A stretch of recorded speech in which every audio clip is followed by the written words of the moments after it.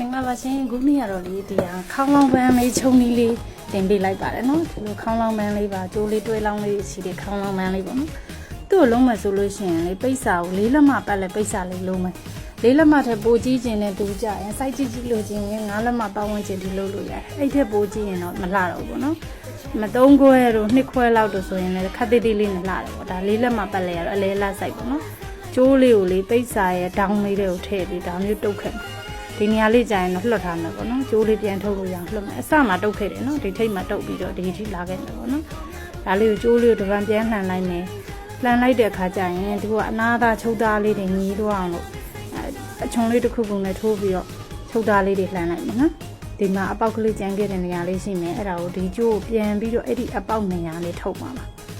အဲ့ဒီအပေါက်နေရာနေပြီးတော့တက်တက်ရက်ကလေးထုတ်မယ်ထုတ်ပြီးတဲ့အခါကျဒီအနားလေးတွေခေါင်းလောင်းလေးနှခမ်းလေးတွေညီးသွားအောင်လို့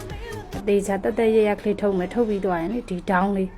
သုံးမြောင်ဒေါင်းလေးကျိုးလေးကိုဒေါင်းမှာကပ်ပြီးတဲ့အခါကျရင်သုံးမြောင်ဒေါင်းလေးနေရာလေးကိုချုပ်အဲ့နေရာလေးကိုပိတ်အဲ့လိုပိတ်လိုက်တဲ့အခါကျရင်ဆူဆူလေးပိတ်တဲ့အခါကျရင်ငကိုချိုးရိုးချောင်းနဲ့တစ်ဆက်တည်းပုံစံမျိုးလေးဖြစ်သွားတယ်ပေါ့နော်ဒါမျိုးလေးဖြစ်ပါမယ်ရှင်ချိုးရိုးလေးอ่ะเนาะအဲ့ချိုးရိုးနေရာလေးကပူတာလေးတွေညှက်ထုတ်ပလိုက်ပြီးတော့လှမ်းချလိုက်လို့ရှိရင်ဒါခေါင်းလုံး